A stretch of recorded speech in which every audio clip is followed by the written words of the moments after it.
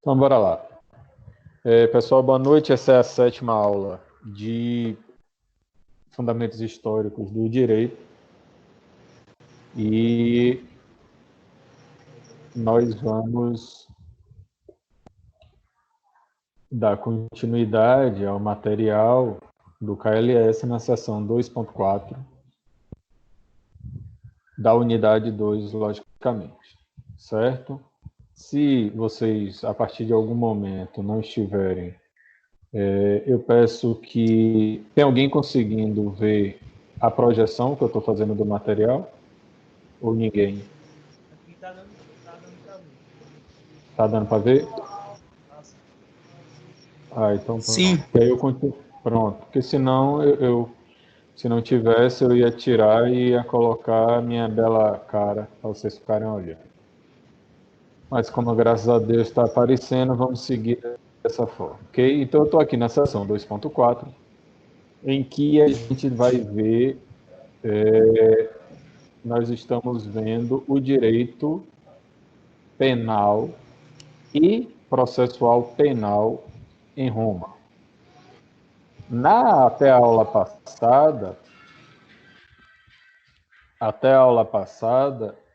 nós vimos finalizou vendo a parte do direito privado, né, em Roma, e hoje a gente vai finalizar o direito romano vendo essa parte sobre direito penal e processual penal, ok? Vamos lá. A gente viu nessa unidade sobre direito romano, nós vimos que alguns aspectos importantes.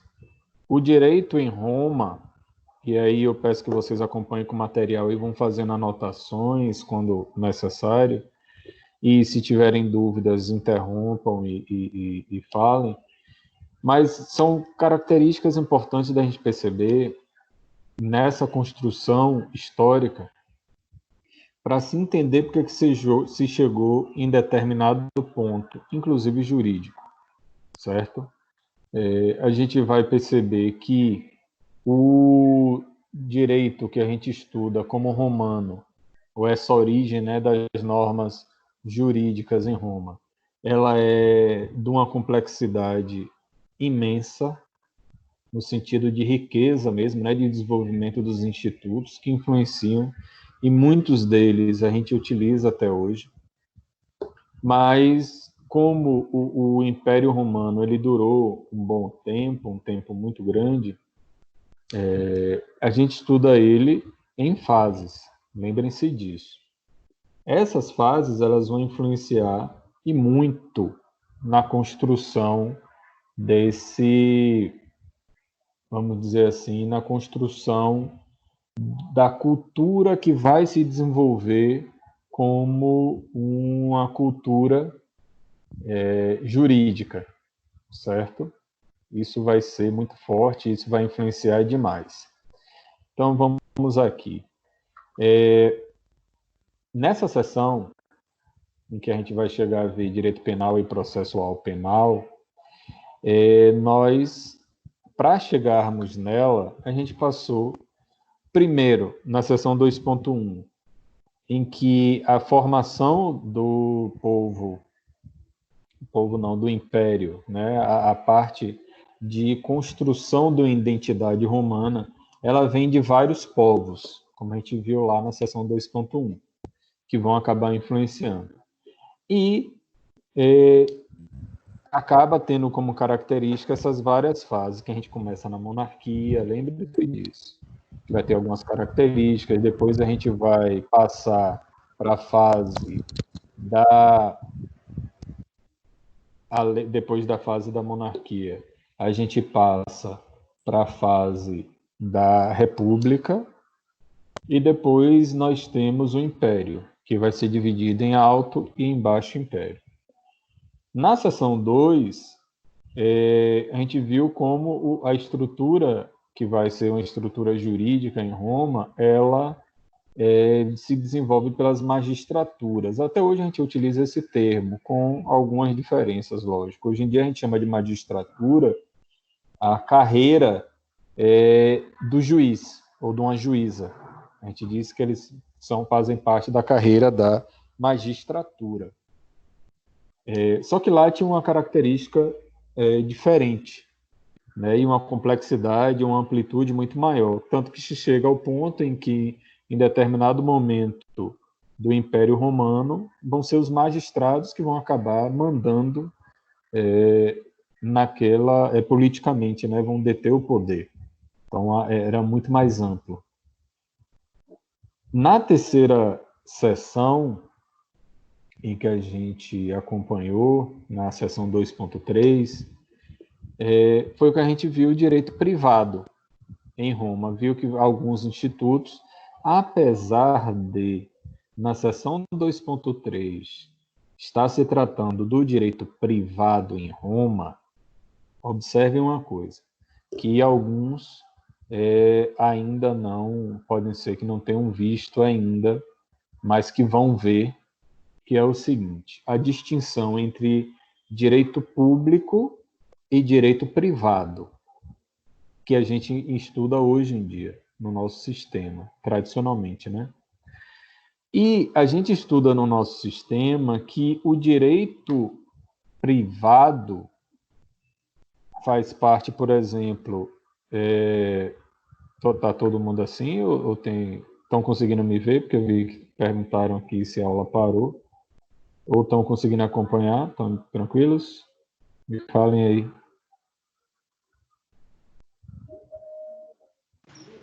Estou conseguindo acompanhar tranquilo. Então pronto. Então é a internet de alguns. Beleza. Não é a minha. Porque se é a minha, aí eu tinha que dar um jeito aqui. Quando a gente estuda direito público e direito privado, eu quero que vocês lembrem lá dessa seção 2.3. Se falou muito na seção 2.3, apesar do título ser de direito privado, mas a gente compreende, poderia ser direito privado à época, por duas razões, que não são as mesmas de hoje. Por exemplo, hoje a gente vê a distinção de direito público, por exemplo, o direito processual. Hoje não há dúvida, pelo menos até então, de que quando a gente vai estudar e ver essa classificação do que é direito público e do que é direito privado, a gente vê que o direito processual faz parte do direito público, independente de qual processo a gente esteja falando. E a gente vê que, por exemplo, o direito civil faz parte do direito privado, o direito comercial, o direito empresarial, faz parte do direito privado, por exemplo. Na seção 2.3, a gente, apesar de dizer que era o direito privado em Roma, para a gente hoje, falar de processo civil, porque ali é o surgimento de uma estrutura de processo civil. Basicamente, né, a grande maioria do que foi visto ali dos institutos, na seção 2.3, são institutos de processo civil.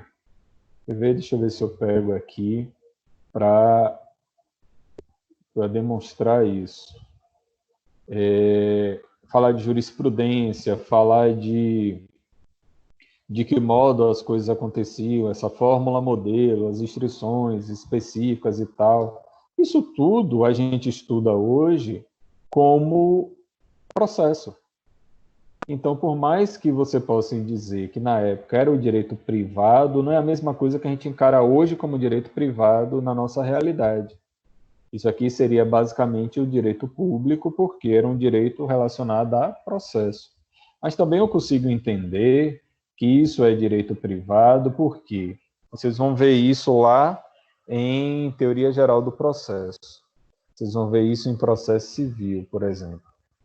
Que a gente teve fases, isso aqui reflete bem, em que você não tinha a consideração do direito processual como um direito autônomo, como uma ciência à parte. Você não estudava direito processual.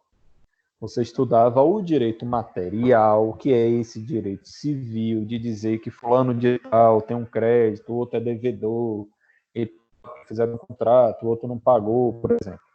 Esse é o direito material, que vai atribuir às pessoas direitos. O direito processual, ele vai ser entendido como uma ciência autônoma, à parte, separada disso, muito tempo depois. Porque o que era que eu encarava aí nessa época em Roma e que fica para a posteridade? Quando alguém violava um direito material, por exemplo, um direito de crédito em relação a outra pessoa, espera que eu vou ficar mostrando minha cara agora. Quando eu violava e ficava mostrando, se tinha uma violação do direito ao crédito, o que era que acontecia? O que tinha tido essa violação, por exemplo, vamos imaginar que eu sou credor de algum de vocês. A gente faz um contrato e vocês vão ficar me devendo, alguém vai ficar me devendo a entrega de um trabalho, certo? Se aquele que se comprometeu a entregar esse trabalho não me entregar no dia, na data, na hora ou do jeito que foi combinado, o que era que eu poderia fazer enquanto eu não consigo entender, ou nessa fase em que eu não consigo separar o que é o processo do que é o direito material violado? Eu simplesmente vou lá reclamar. Quem pode decidir ou obrigar a quem está me devendo aquele trabalho para que ele vá e cumpra. Então, o que a gente não conseguia enxergar é que esse fato de ir pedir, esse fato de ir reclamar, essa técnica de que modo ir pedir, de que modo ir reclamar, em quanto tempo, de que jeito, não se entendia que essa forma ou essa prática, ela seria uma ciência autônoma, ela seria uma matéria autônoma, você não estudava isso. Por exemplo, em Roma, que privilegiava a oralidade, você estudava muito mais a prática de como se dirigir, de como falar, o que você tinha que falar, que a gente chama hoje de prática forense. Lógico, a prática forense, hoje em dia estudada, ela é muito mais relacionada com a parte escrita, em que eu vou aprender como escrever, vou aprender a linguagem. Então, a gente estudava isso na época. Então, eu não tinha essa distinção, não tinha essa noção de que, como a gente estuda hoje, processo. Hoje eu estudo o processo dizendo, assim como eu tenho uma relação jurídica que vem do direito material, essa relação credor-devedor, por exemplo, eu tenho também uma relação jurídica que vai surgir no processo, entre autor e réu, que é uma relação jurídica separada, com características próprias, apesar de que nessa relação, dentro do processo autor e réu, eu vou discutir a relação de direito material, credor-devedor, mas não só. E aí eu vou estudar e vou entender que essa relação jurídica processual, que vai envolver um terceiro, que é o juiz, que vai envolver toda uma estrutura de procedimento, ela é uma ciência autônoma. Ela tem uma estrutura diferente, ela não é igual ao direito material, certo? Basta que vocês entendam isso. Por isso que eu compreendo que a época, essa parte que hoje a gente enxerga como processo civil, a época era direito privado, porque eu não enxergava processo civil. Eu enxergava que existia um direito material, um direito de natureza civil, o direito dos contratos, por exemplo, e que caso eles fossem violados, que eu poderia levar para uma decisão junto a um pretor, junto a um juiz, ao magistrado. Entende? Mas que eu não separava uma coisa da outra, como a gente separa hoje. Tanto que o que a gente vai ver agora na seção 2.4 é que... só um momento. que alguns estão dizendo aqui que a aula parou.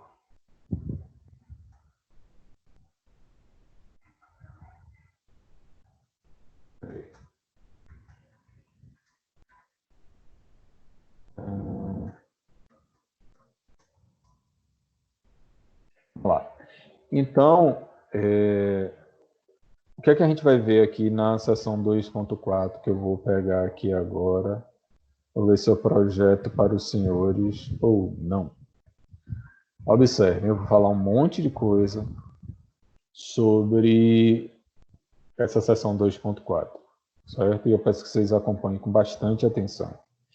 E anotem, se tiverem dúvidas, me avisem, ok?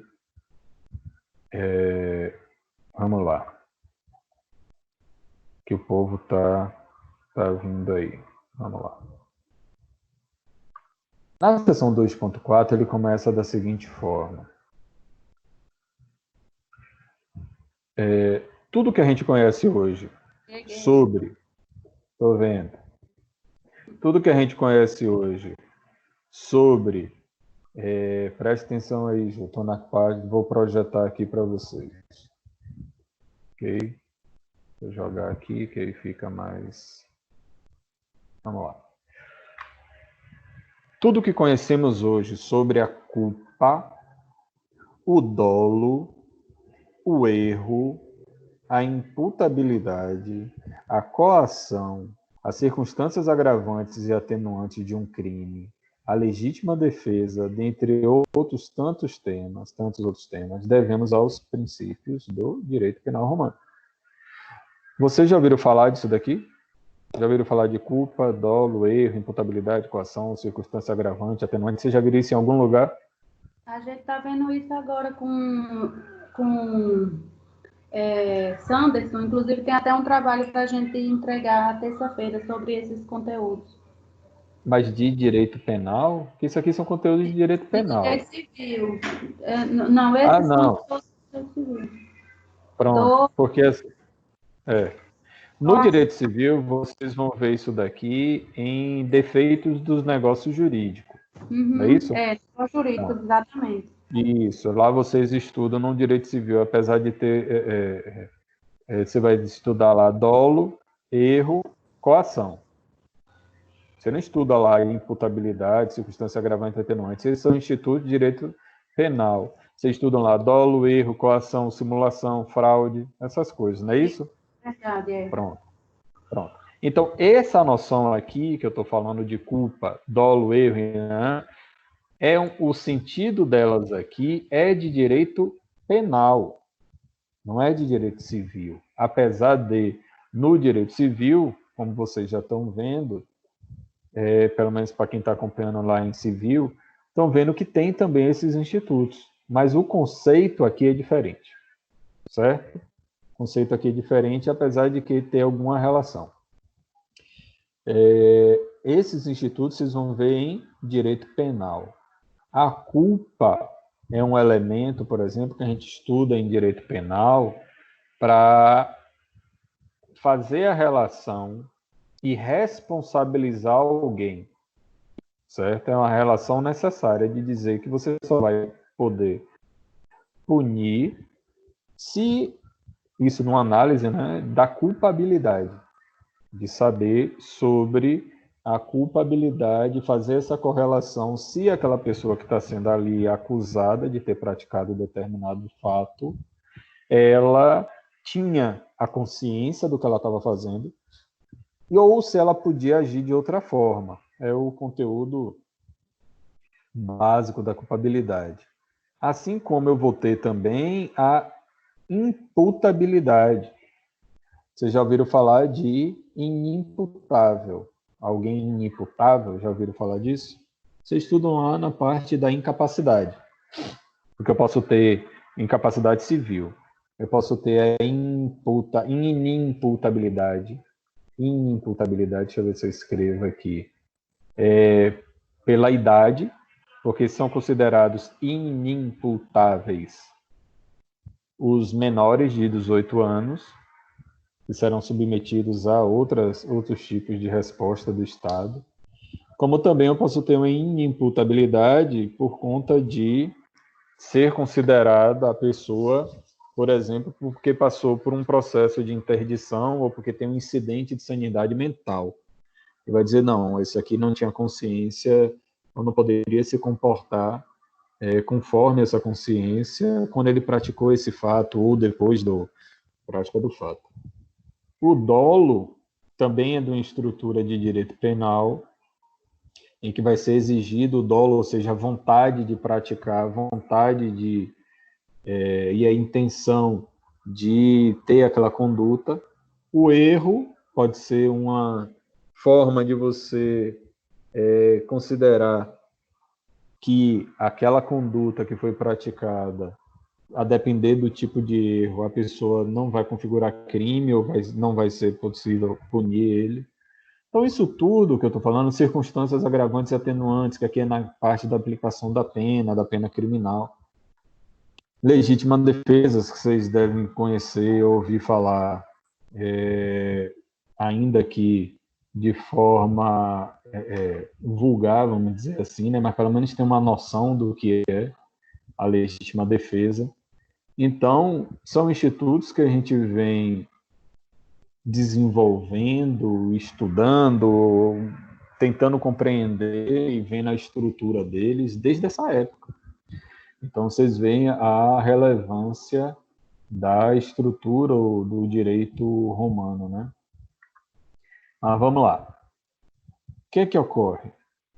Aí ele vai dizer, vamos dividir a história desse ramo do direito entre as fases históricas romanas. Lembrem lá, aquelas fases da monarquia, da república, do alto império e do baixo império.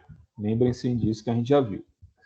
E dentro dessas fases, vamos compreender que, no início, a princípio, qual era a justificativa de você punir, entende? Qual era a justificativa de você punir alguém que cometeu um delito? Em primeiro lugar, você tem uma justificativa com base na vingança privada, como se fosse um primeiro estágio, ok? Nesse primeiro estágio, o estágio da vingança privada, o que ocorre? Você tem a seguinte situação. Aquela estrutura que foi montada, ela, como no início no direito romano, como a gente viu, você tinha a criação de norma jurídica pelos costumes, pelas práticas sociais, mas você não tinha a criação de leis pré-determinadas ou aprovadas pelo povo. Isso só vai vir lá na época da República, só vai vir naquela estrutura de mudança dos plebeus que vão exigir, né, do povão que vai exigir uma mudança em uma inserção política e vai exigir que existam leis que sejam aprovadas ou sejam submetidas à aprovação e tenham do povo, né, dos plebiscitos, coisa que a gente já viu nas outras aulas. E só que antes disso, o primeiro momento de justificar a existência da punição ou de se entender por que está se punindo, você vai justificar que era uma resposta daquele que foi ofendido. Então, por isso que diz aqui, a princípio os delitos eram punidos por meio da vingança privada. Então, você se virava para resolver seu problema. Cada um se virava com base na força, com base no poder que tivesse às mãos, para se vingar, para ter uma resposta, para devolver a ofensa ou o prejuízo. Entender isso? De vingança privada? É sério porque é importante. Me digam aí, alguma dúvida sobre isso? Conseguem entender o que é a vingança privada? Diga aí, Samuel. Oi? Samuel? Pronto. Mas você entende o que é vingança privada? Pronto. Vingança privada é a vingança de nós, como se fosse a gente não exerce nenhuma função pública e o que justificava a punição da prática de um crime era a gente resolver se juntar ou sozinho, ou chamava outros, ia lá e resolvia. Certo? Então era justificado na vingança privada. Hã? É tipo a vingança de uma pessoa normal, que não tem nenhuma função assim. É que se aceitava esse tipo de, vamos dizer assim, de justificativa para punir alguém, certo? Porque nesse primeiro momento, a estrutura de poder que vai surgindo, ela vai aceitar essa prática, entendeu? Vai aceitar essa prática. E aí vai legitimar essa prática. Vai assumir essa prática. O que é que ocorre? Esse sistema que foi desenvolvido, ele só foi possível pelo fato de que o direito, lembrem lá, que a gente viu desde a 2.1, que o direito, ele esteve presente na civilização romana desde a fundação. Então, essas estruturas jurídicas que foram sendo desenvolvidas, elas já eram presentes na cultura romana. Por isso que isso facilita. A prática, a cultura, você lidar com essa discussão no dia a dia, facilita e muito a compreensão e a aceitação dessas estruturas jurídicas, se você está familiarizado com elas. Então, era algo que era comum, assim como a gente já estudou da civilização grega, por exemplo, pelo menos em Atenas, em que era tão comum você compreender essas leis até morais, mas as leis que depois a gente vai entender como leis jurídicas, desde pequeno, porque você aprendia isso desde pequeno. Hoje em dia, não. Já há muito tempo que não. Vou dar um exemplo para vocês. Há quase 20 anos, se eu não me engano, se você pega lá, você vai estudar, por exemplo, direitos humanos. Você não aprende direitos humanos na escola. Você não aprende, você só vai aprender basicamente direitos humanos, se for aprender, num curso de direito, mas com a concepção de que só os professores de direito ou o pessoal da área jurídica que teria condições de dar uma aula de direitos humanos. Quando, na realidade, às vezes não seriam nem os mais indicados. Porque os direitos humanos eles são tão complexos que eles não podem se limitar só às regras jurídicas. E por que eu estou falando disso há 20 anos? Porque a gente já tem uma determinação, isso vem desde a ONU, isso vem desde os planos de educação para os direitos humanos, de há muito tempo que o Brasil aderiu, a gente já tem a década, já está na segunda década dos direitos de educação e direitos humanos, em que isso já era para ser inserido, o ensino, a compreensão, a aproximação com os direitos humanos, desde o ensino básico, desde o ensino fundamental. Por quê? Para as pessoas terem noção dessas coisas. E que às vezes você só vai ter de uma forma enviesada quando já está lá na frente, e se tiver. Numa faculdade de Direito, por exemplo, ou num curso especializado em que vai envolver isso. Assim como os direitos fundamentais, os direitos que estão na Constituição. Por quê? Porque a gente não tem essa cultura. Mas, diferente disso, os povos romanos, o povo romano, assim como o povo grego, eles já tinham a cultura, já fazia parte da condição e de estrutura social, lógico, dentro de cada classe, mas você já tinha isso arraigado desde cedo. Então é muito mais fácil você construir, você defender, você alterar, você compreender. Muito mais fácil. Então foi isso que facilitou e muito essa estruturação jurídica, porque era um povo que era ligado nisso de forma quase que natural, certo? E eles já dividiam essa noção de direito público e direito privado. Eles vão ser os que vão dividir basicamente isso, essa noção de direito público e direito privado, e dentro disso vai entender que você tinha dois tipos de causas penais, que seriam hoje as ações penais ou os processos penais. Um de natureza pública e outro de natureza privada. Vamos ver o que é isso. Na causa de natureza ou no processo penal privado, o que era que caracterizava o processo penal privado? O Estado romano assumia o papel de árbitro, a fim de tentar resolver o litígio entre as partes. Deixa eu separar aqui. Examinando as provas apresentadas e decidindo o direito de cada um. Professor, existe processo penal privado hoje? Não. Até então, não. O que a gente tem hoje, e aí eu vou explicar essas coisinhas aqui, o que a gente tem hoje é uma noção posta pela Constituição Federal de que você, para ter a aplicação de uma pena criminal, você precisa de um processo. Esse processo, quem vai determinar se vai iniciar o processo ou não e vai conduzir o processo, em regra, está lá no artigo 129 da Constituição Federal, é o Ministério Público. Então, mas não se discute de que o processo penal, ele é público. O que vai diferenciar é quem é que pode dar início ao processo penal hoje em dia. A regra é o promotor, o Ministério Público. E de forma excepcional, vai se permitir que a vítima ou o seu representante legal dê início via o que se chama de queixa-crime.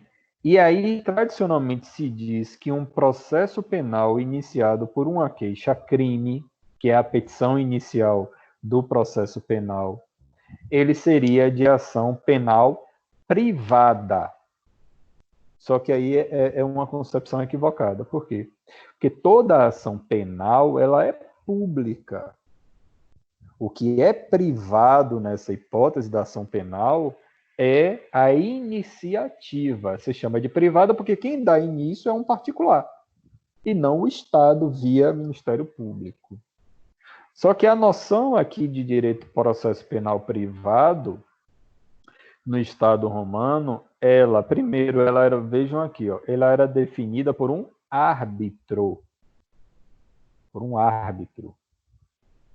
O árbitro, ele não era alguém que necessariamente julgava no sentido que a gente conhece hoje. Porque hoje existe ainda o árbitro? Sim. Sistema de arbitragem que a gente tem e que vocês vão estudar lá em Teoria Geral do Processo. Só que o árbitro, ele, como diz aqui, ele, para resolver o litígio, o que é o litígio? Por que chama de litígio? Alguém sabe me dizer? Me digam aí. Por que é esse termo litígio? É o conflito entre as partes.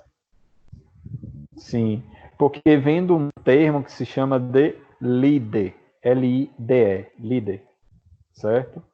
No conceito de lide. Qual é esse conceito de lide? É um conceito, Carnelucci vai criar, um italiano, e ele vai dizer que é o conflito de interesses, como você está dizendo, em que você tem uma disputa, um conflito entre duas ou mais pessoas, sobre um determinado direito, para ver se ele foi observado ou não, porque um não está querendo cumprir o direito do outro, ou atender ou respeitar o direito do outro. Então surge um conflito. Então você tem esse termo líder, que vai significar isso. Então a derivação dele, litígio, vem de lide, certo? Então você vai falar, um divórcio litigioso, ou um divórcio amigável, consensual. Por que litigioso? Porque tem um conflito. Se eu chamar de consensual ou amigável, por que não? Eles estão de acordo, não tem o conflito. Certo? E você faz convencer aquele que vai julgar na produção das provas. Certo? Você vai apresentar a prova, isso é até hoje. E ele vai decidir qual é o direito que cabe a cada um. O processo penal público, nessa divisão que existia lá no Estado Romano, ele tinha as características que tem hoje, que a gente conhece hoje, certo? Do processo penal, em que o Estado vai reprimir ou vai atuar como uma resposta, uma repressão, uma retribuição da prática de um delito. Ok? Aí é muito mais próximo do que a gente tem. Tanto é assim que, com o passar do tempo, esse processo penal privado foi sendo abandonado. E ficou apenas o processo penal público, que foi se tornando cada vez mais forte, como aqui diz. E aqui uma coisa extremamente interessante e importante que eu quero que vocês prestem bastante atenção, que é o seguinte. Quando ele diz aqui, e por isso que vou mostrar minha bela face aqui para vocês. Ju, você está me ouvindo? Ju Paiva, está tão quieta. Deixa eu ver se ela ainda está aí ou se só ela deixou e saiu correndo. Ela está aí. Ai, não, meu. Vamos lá. Vamos lá, que eu quero que vocês prestem atenção no que eu vou falar aqui. Eu estou aqui na página, ainda nessa página 100, ok? Nessa frase. Observem comigo o seguinte. O que é que diz aqui? Diz que Roma foi se desenvolvendo nesse campo a princípio de um sistema que guardava características inquisitórias para outro mais desenvolvido, marcado pelo modelo acusatório. O que é que ele está querendo dizer aqui? Que isso é extremamente complexo. Não para a disciplina de vocês, mas para algo que vocês vão ver lá em processo penal. Por quê? A gente tem, quando a gente estuda processo penal, a impressão de que, quando a gente estuda os sistemas, né, processuais penais, o que é um sistema processual penal? Vamos dizer assim, vamos colocar da seguinte forma. Primeiro a gente definiu que, caso alguém cometa um crime, que ele vai ser acusado, ele vai ser apenado, ele vai sofrer uma pena, mas essa pena só vai poder ser aplicada se for feita mediante um processo. Ok? Tudo bem até aqui? Um processo. Só que o processo, para que ele se desenvolva, processo de acusação e depois o julgamento, vai depender de algumas escolhas. Eu posso escolher um processo que ele seja mais rápido, mais demorado, mais justo, menos injusto. Quando eu vou analisar isso em relação ao processo, eu estou analisando o sistema do processo. No caso do processo penal, por exemplo. Então, eu analiso no processo penal o sistema que vai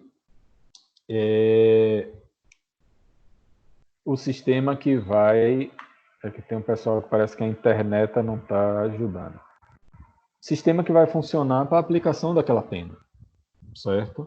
Aí eu vou perguntar a vocês, o que é mais justo? Estou tentando admitir a Anne aqui. O que é mais justo? Observe. Se vocês vão ser julgados pela prática de um crime, vamos aqui imaginar.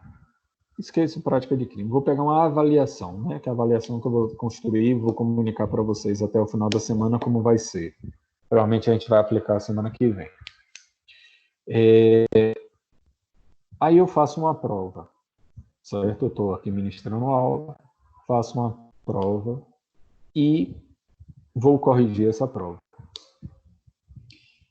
Vocês, por exemplo, alguém não concorda com a nota que foi atribuída por mim e vão pedir revisão dessa análise, né, dessa prova. Vamos imaginar, quem vai analisar, quem vai rever essa correção, serei eu mesmo. que vou fazer isso. Ou eu posso ter um sistema em que, se o aluno ele não concordar com a correção da prova e for recorrer, vamos imaginar, pedindo a revisão dessa prova, quem vai fazer a revisão, quem vai analisar a correção, será outra pessoa que não eu, o professor da disciplina. Ou também eu posso ter um outro sistema em que eu estou ministrando a aula, eu faço a estrutura da prova, e só que quem vai corrigir a prova de vocês vai ser outra pessoa. Entende essas três diferenças? Em uma, eu faço tudo, eu ministro a aula, eu faço a prova, eu corrijo a prova. Se você não concordar, quem vai analisar seu recurso ou pedido de revisão serei eu também. Em outra, eu ministro o conteúdo, faço a prova, corrijo a prova, só que se você não concordar, uma outra pessoa vai analisar a correção. Ou num terceiro, eu apenas ministro o conteúdo, faço a estrutura das questões que eu quero que vocês respondam, só que quem vai corrigir as questões será outra ou outras pessoas. O que é que vocês acham que seria mais justo, vamos imaginar, para quem está sendo submetido a esse sistema? O que é mais justo? O que é que vocês prefeririam? Uma estrutura em que eu faço tudo, inclusive analiso se você tem razão ou não no pedido de revisão de nota, ou que outra pessoa analise esse pedido de revisão? Não vou nem botar o sistema intermediário. O que é que vocês me dizem? O que é que seria mais justo? Mais justo seria que, primeiramente, o senhor corrigiria, né? O senhor que fez, mas caso tivesse alguma divergência entre a minha opinião e a do senhor, aí um terceiro, totalmente particular, fazeria essa análise também. Sim. E você, Ju, o que é que acha que você abriu aí para falar?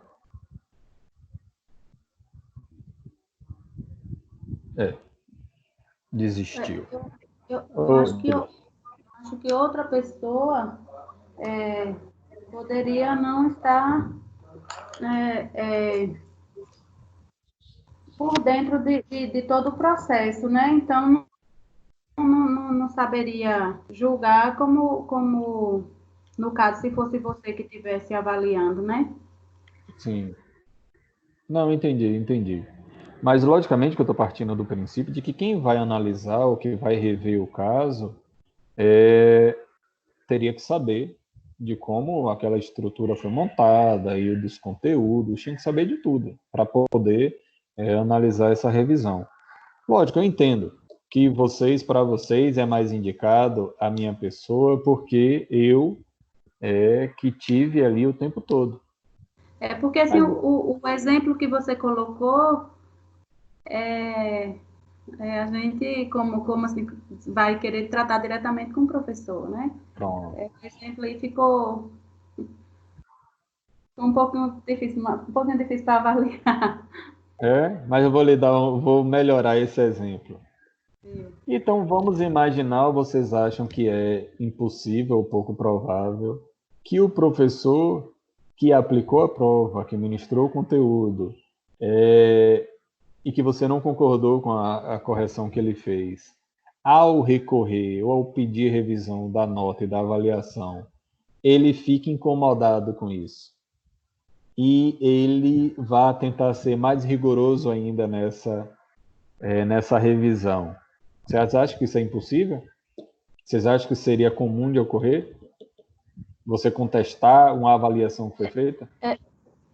Impossível de ocorrer não seria, mas não seria o correto, né? Porque a contestação mostra que o aluno também está com conhecimento de conteúdo, né? Sim. Se ele contesta é porque ele tem uma noção do que é certo e do que é errado também no conteúdo, né? Então, Eu acho que ser mais rígido com relação ao que foi contestado pode acontecer, claro, mas eu acho que não é o correto. Sim. Vou dar outro exemplo agora para vocês. Essa, Diga. essa questão não só é possível, como eu acho que é bem recorrente em todas as instituições de ensino. E como Sim. sempre há um certo grau de hierarquia entre professor e aluno, é uma ótima alternativa ter um terceiro árbitro para fazer julgamentos, porque eu mesmo já passei por situação onde um professor se tornou mais rigoroso comigo e pode me prejudicar, e onde não Exato. houve um terceiro árbitro. Então, o terceiro Exato. árbitro que esteja dentro do assunto pode ser algo definidor, tanto para o professor, tanto quanto para o aluno. Sim. Não, como você estava dizendo, e acontece muito. E deixa eu dar um outro exemplo que vai servir para ilustrar mais, para vocês compreenderem onde eu estou querendo chegar. Vamos imaginar você, Ju, aqui é uma ficção, viu? Eu estou dando um exemplo ficcional, em que você pegue o celular de um companheiro seu, do seu companheiro. E lá você veja uma conversa, troca de mensagens e imagens e declarações e conteúdo que não vai lhe agradar muito, né? Porque ele está se relacionando com outra pessoa. Você pegou, viu o celular, viu essas imagens. Você, ao ver isso, e você vai atrás, muito provavelmente, né? Querer saber quem é a pessoa, vai investigar, vai ver no Instagram, vai ver no Facebook, vai atrás, vai saber o trabalho, você está indo atrás para formar, não que você vá avisar de imediato, porque a mulher, normalmente, ela vai preparar toda a cama para depois o acusado, no caso, não ter escapatória, né? Não vai deixar falha para não ter como se justificar. Então, você vai montar isso tudo. Só que quando você for ter a discussão, for chegar e ter jogar esse assunto para seu companheiro, imagine agora vocês outros na posição dele. Porque quem vai dar a palavra final sobre a culpa dele vai ser Ju, que ali no início viu o material, foi atrás, está fazendo a acusação e a solução para o caso vai ser dada por ela. Ou seja, tem como, a não ser que a pessoa seja muito bem preparada e consiga realmente demonstrar de uma forma que não caiba a contestação, de que tem como esse cara escapar, no mínimo aí de uma briga, tem como escapar ou se defender. Vou fazer uma outra comparação. Imagine então que Ju viu, pegou o material, eu vou dar outro exemplo aí para fazer a análise, né? Assim como eu falei da avaliação. Pegou o material, viu o celular, viu as fotos, foi atrás, etc. Só que quem vai analisar o caso é uma outra pessoa. Ela vai apresentar isso, vai fazer a acusação, vai dar o direito de resposta ao acusado, e só que quem vai julgar se realmente houve uma violação do relacionamento, de qual é o grau dessa violação, se isso é grave, se isso não é uma terceira pessoa. Esses são dois sistemas jurídicos. Eu dei o exemplo primeiro da avaliação e agora eu estou dando um outro exemplo. O que é mais justo? Não você, Ju, que você já está aí inflamado emocionalmente, muito provavelmente. Mas o que é mais... Estou brincando. O que é mais justo para quem está sendo acusado? Que uma terceira pessoa analise a situação, veja a prova que foi produzida e depois dê um resultado, ou que Ju, que foi atrás da prova, que acusou, dê o veredito final. O que é mais justo? Para ela, eu sei que é o primeiro, mas eu estou falando para quem vai ser acusado. Com certeza uma terceira pessoa, né? Porque não vai ter nenhum envolvimento de questão de sentimento, nem nada. vai analisar racionalmente o que ocorreu E- mesmo, fazer provas, ver quem é que está certo e quem está errado. Pois é, porque o que você está preservando quando você tem um terceiro numa posição mais afastada e sem interesse? A imparcialidade.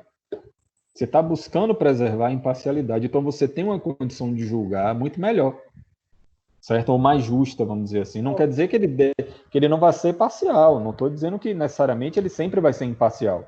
Porque às vezes você não sabe o que está passando na cabeça da pessoa. Diga, Jéssica. Não, eu só achar, eu também acho que seja mais justo um terceiro em prol do acusado, até mesmo pela questão emocional, sentimental que vai estar passando com o Ju, né? Que isso vai definir totalmente qualquer atitude que ela vai tomar. Mesmo que Pronto. seja uma traição ou não, né?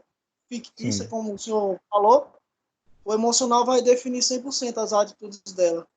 Mas esse Sim. cara não ia escapar, não. Eu tenho certeza que ele ia tomar uma cadeirada aí. E aí, Ju, diga você, só para eu voltar aqui e explicar onde eu queria chegar.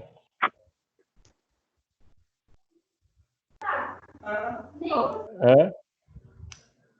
É o quê, mulher? Espera aí. Acho que ela... Diga. Ah, porque eu estava aqui acalmando o menino, Rodrigo, para poder falar. Mas tu ouviu? Ouvi sim, com certeza. Pronto, É, pronto.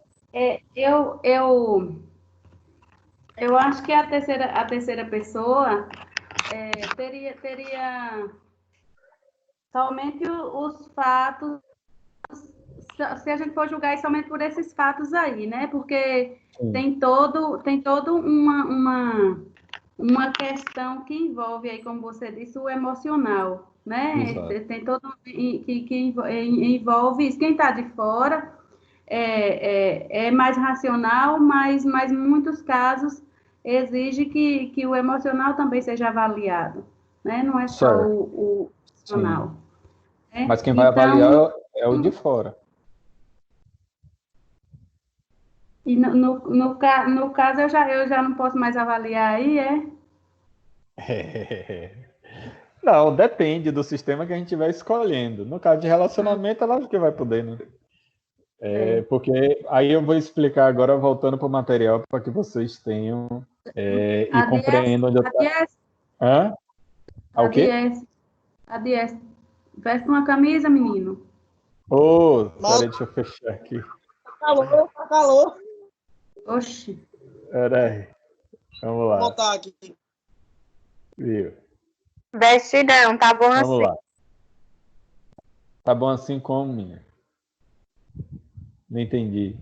Falou comigo? Não, É a live. sou bonito O demais. que foi? É que eu sou muito lindo, aí incomodando. Não, tô dizendo, eu não entendi o que foi que a Anne falou aí. Falei nada, eu falei que não dava cadeirada. Ô, Se oriente, viu, Anne? Tô de olho na senhora. tá certo. Juju, tô tranquila. Bora lá.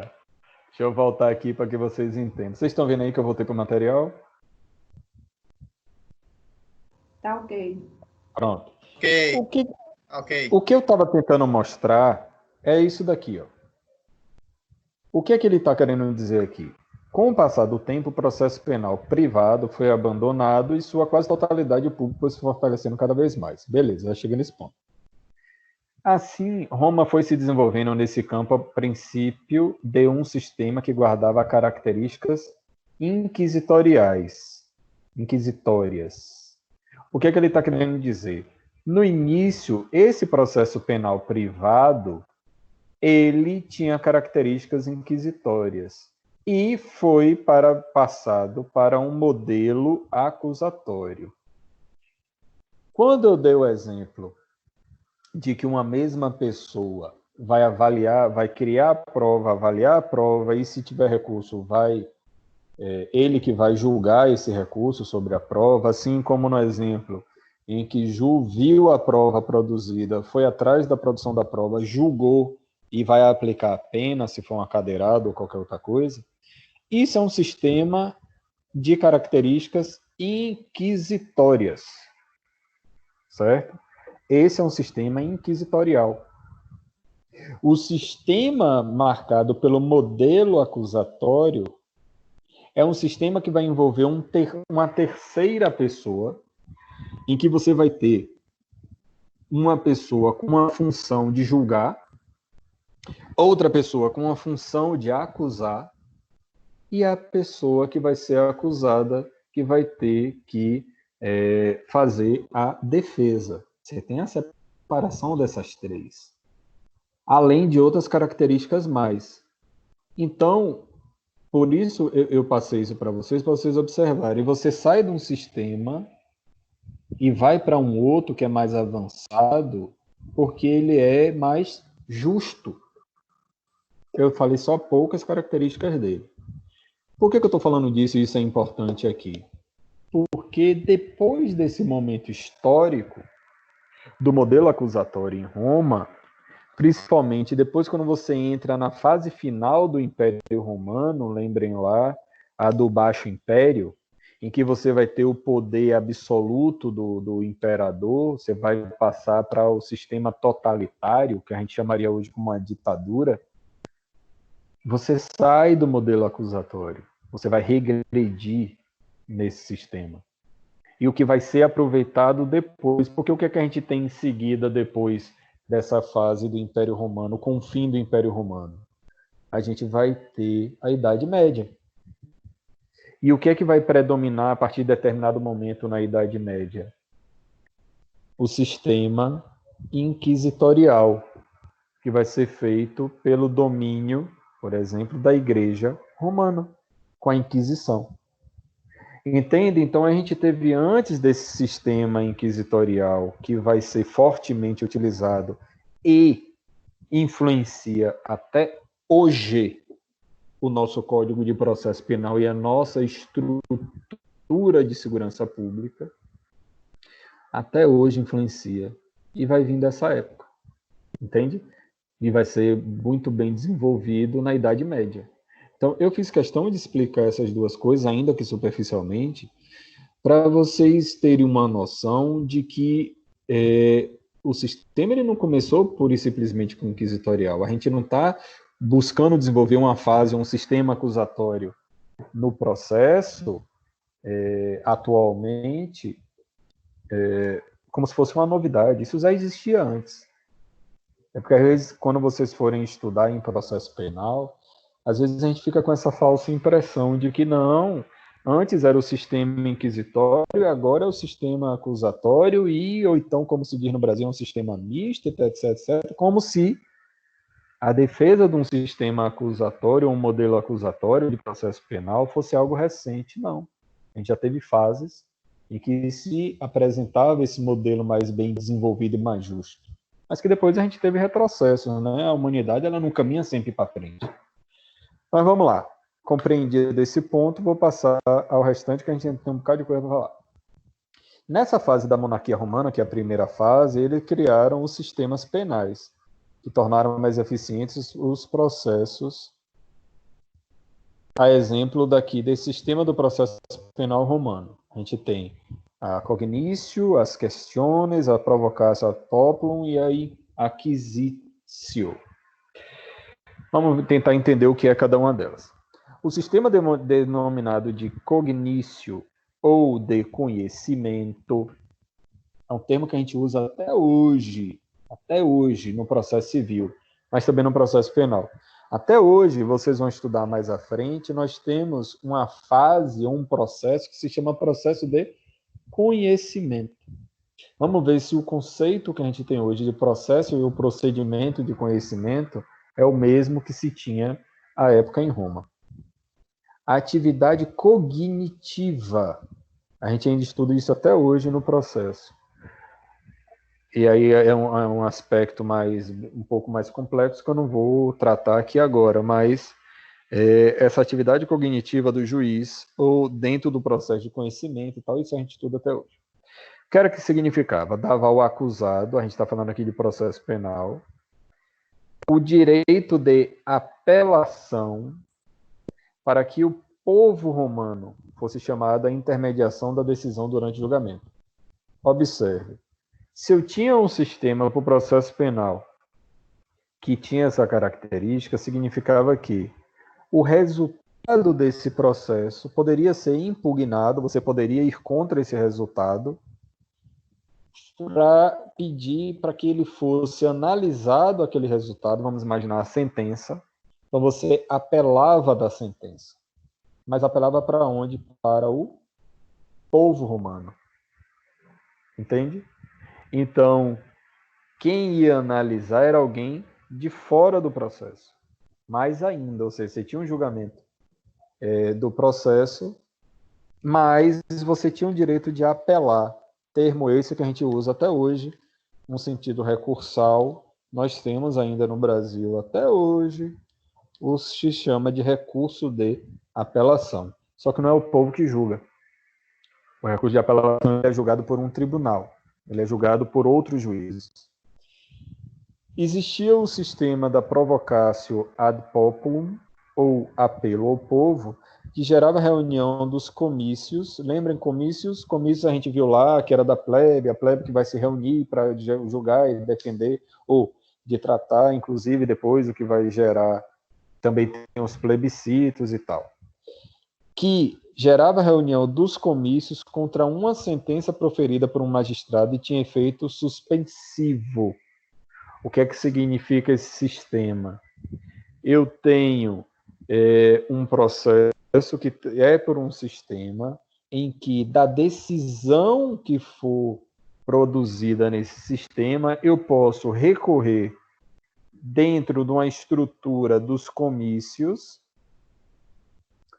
e sentença essa que foi produzida por um magistrado, e essa decisão dos comícios, elas poderiam ter o efeito de suspender o que ficou definido na sentença, ou seja, o que ficasse definido nos comícios podia fazer com que essa sentença proferida não tivesse efetividade nenhuma, eficácia nenhuma, ele não pudesse cumprir. Então, se você fosse condenado a uma pena de suplício, uma pena ainda que grave, e ela pudesse ser nesse sistema, significava que os comícios poderiam suspender a aplicação daquela pena, até resolver a solução do caso.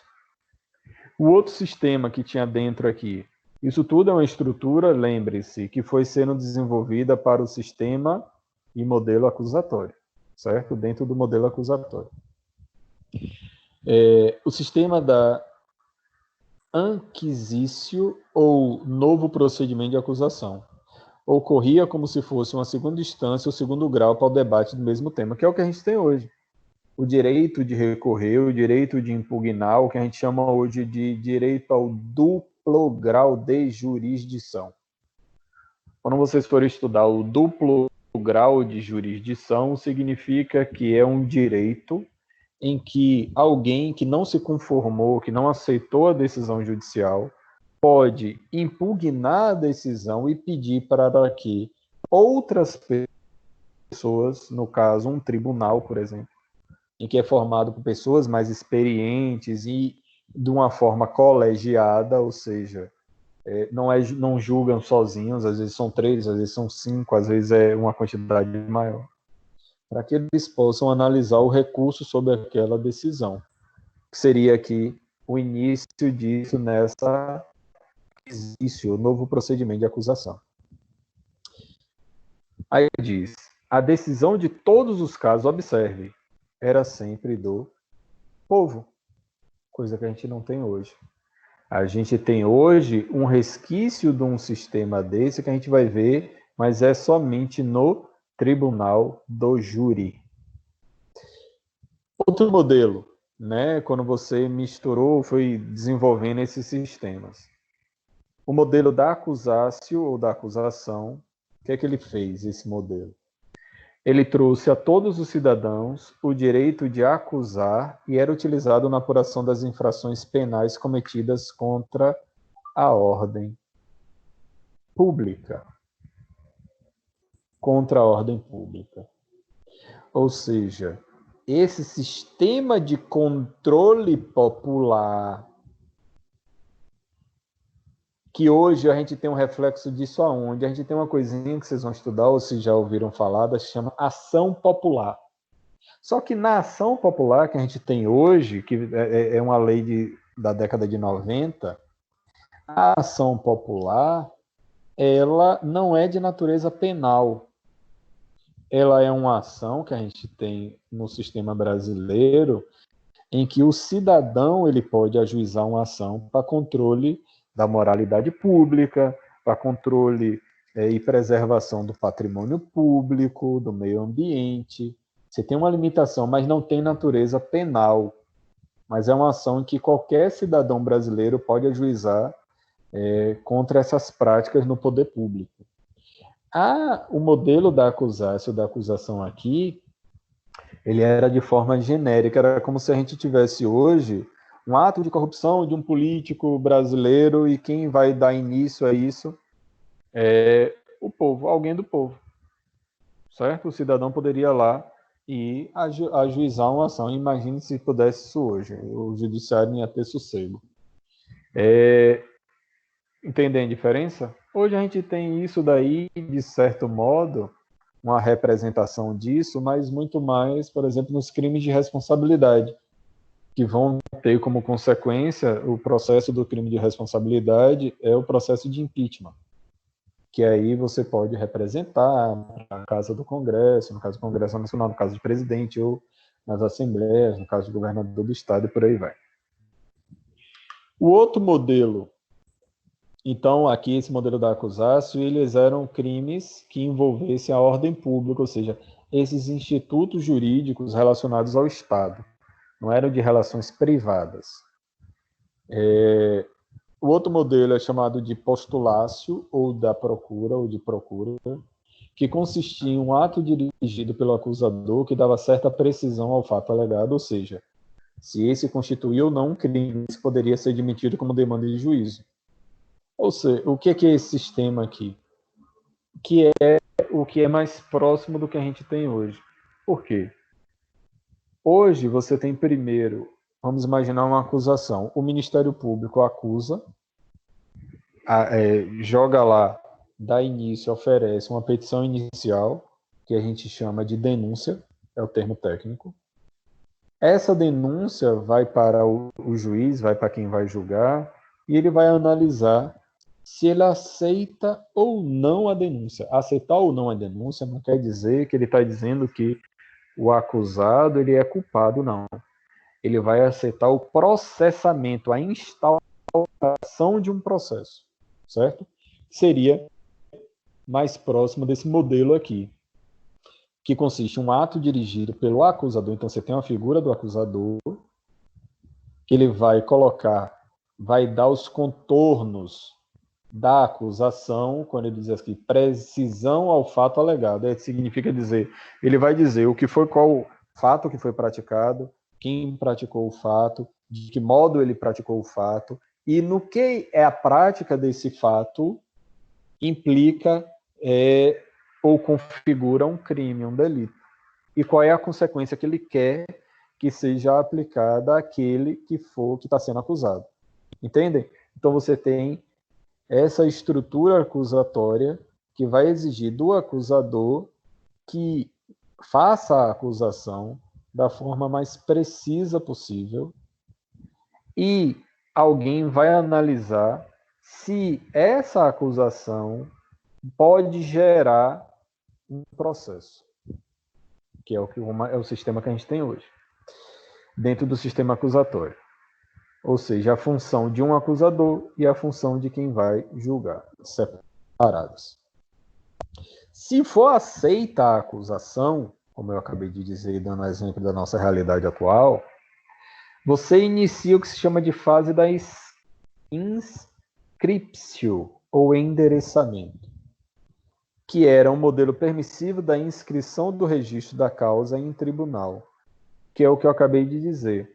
Aceita a acusação, é registrado o processo. Ela passa a ser um processo oficial, da qual o acusador já não mais poderia desistir e se obrigava a proceder às investigações a fim de demonstrar a acusação em juízo. Qual é a diferença para o que a gente tem hoje? Se aceita a acusação, aqui você já inicia hoje um processo. Aqui nessa fase, aceita a acusação, não é que você iniciava um processo, você iniciava uma investigação. Para depois dessa investigação, que está sendo registrada no tribunal, você fazer a demonstração da acusação no processo. O que é que a gente tem hoje? Eu posso ter hoje uma investigação prévia, preliminar, como, por exemplo, feita por uma autoridade policial, no inquérito policial, ou pode ser feita também pelo Ministério Público, segundo o Supremo admite. E depois dessa investigação, com a conclusão dela, a acusação, no caso do Ministério Público, se convencendo de que existiu a prática do delito e foi por aquela pessoa que está sendo ali acusada, ele vai submeter e vai dar início a um processo, se for aceito, logicamente. E vai ter que demonstrar em juízo, no processo, perante o juiz, aquilo que ele está alegando. Vai ter que provar, certo? Depois o sistema ele evoluiu para o das questiones, ou perguntas, que significava o quê? Quando, frente aos comícios, lembre que o comício eram as reuniões do povo, da plebe, eram formadas comissões responsáveis pelo julgamento, presididas por um pretor, que era da estrutura da magistratura, ou questor e por juízes, juramentados a fim de dar o julgamento maior margem de acerto. Lembrem, essas reuniões, então, seriam o que hoje a gente conhece e vai dar origem ao júri, ao tribunal do júri. Porque quem faz o julgamento do tribunal do júri é quem? Um juiz, hoje em dia, ele preside, tanto que a gente chama até hoje de juiz presidente, em que ele vai organizar o processo para que ele chegue no momento de ser analisado por um conjunto de pessoas, na sessão do júri, na sessão do plenário, em que, então, um juiz presidente ele vai organizar o processo para que seja julgado por outros. No caso aqui, o conselho de sentença num tribunal do júri. Então, o que seria o desdobramento disso hoje seria o do tribunal do júri. E mais, dentre esses princípios, estão entendendo até agora? Querem tirar alguma dúvida? Aproveitem aí. Vamos lá, para quem ainda está acordado e prestando atenção. Diga aí, Samuel.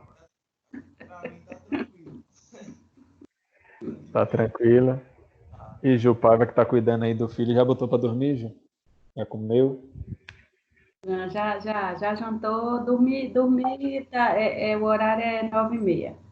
Ah, é 9h30, né? Ah, que bom. Aqui é o estabelecido. Isso, ótimo, excelente. Então, vocês conseguiram compreender que a estrutura jurídica que foi desenvolvida em Roma, como ela é uma estrutura complexa, ela foi uma estrutura que influencia até hoje na nossa estrutura do direito processual, estrutura do direito processual penal. Ela influencia até hoje e eu fui tentando fazer esses paralelos, né, de que modo essa influência, ou de que modo a gente tem institutos hoje de processo que são assemelhados ou que vêm daquela época, certo? Até os termos, um monte de coisa, para vocês verem a importância que o direito romano, apesar de muito pouco estudado nas faculdades, a gente não tem uma cadeira, a gente não tem uma disciplina específica de direito romano. Mas, pelo menos aqui a gente está tendo noções para demonstrar isso. Então, o que ocorre? Uma das consequências desse sistema, e que no direito romano vai se apresentar o sistema acusatório, e eu tentei nos exemplos que eu passei para vocês, para que vocês tivessem uma noção da diferença de um e de outro, o que vai implicar num sistema acusatório? Ele diz aqui na página 102, no finalzinho, vai dizer o seguinte, peguem aí se estiverem com material. Um dos reflexos para a atualidade se encontra nos princípios de direito processual e é conhecido como o princípio do contraditório e princípio da ampla defesa. Isso são características de um sistema acusatório. O princípio do contraditório, em relação ao processo, primeiro, ele só existe no sistema acusatório. O princípio do contraditório só existe no sistema acusatório. Por quê? Porque o contraditório ele implica no seguinte. Primeiro, você tem que ter duas partes. Você tem que ter partes distintas. Acusação e defesa. E uma terceira pessoa que vai analisar essa relação. Por quê? Para que exista o contraditório, eu preciso que alguém apresente uma posição, uma tese, e outro discuta aquela posição, discuta aquela tese. Então, eu tenho que ter a discussão lá, que a gente chama de dialética. É um processo dialético. E só existe o contraditório se eu tenho partes diferentes. Porque o contraditório vai ser favorecido, ou ele vai ser aplicado, quando eu tenho posições distintas dentro do processo. E que, logicamente, que quem vai analisar essas posições distintas é uma terceira pessoa. Porque se fosse a mesma pessoa que está apresentando uma posição distinta e ele fosse julgar, logicamente que eu não estou em pé de discussão. Eu vou ter uma imposição de uma posição. Porque é a mesma daquele que está ali. Então, o sistema, o princípio do contraditório, que implica, então, em você ter essa discussão dialética e você ter essas posições separadas, antagônicas, as posições divergentes, ela é fundamental porque é a mesma coisa. Como é que eu avalio melhor uma determinada situação? Como se eu fosse passar um trabalho para vocês em que eu divido a turma em equipes, ou vai ser individualmente um contra o outro, em que vocês têm que tratar de determinado tema. Como é melhor desenvolvido o tema? Se um falar sozinho e apresentar toda a estrutura do trabalho, ou se eu tiver a possibilidade de, dentro daquele tema, um apresentar uma visão sobre e o outro apresentar uma outra visão e ambos discutirem. Na discussão você consegue aprofundar, porque às vezes vão ter aspectos que não vão ser abordados se uma pessoa falar sozinha. Você só vai ter uma visão. Se eu consigo favorecer ter a visão oposta ou uma outra visão sobre o caso, eu consigo compreender o caso muito melhor. Certo? Então, esse princípio do contraditório, e o da ampla defesa, ele é uma decorrência do sistema acusatório. E a gente tem isso hoje na Constituição Federal. Certo?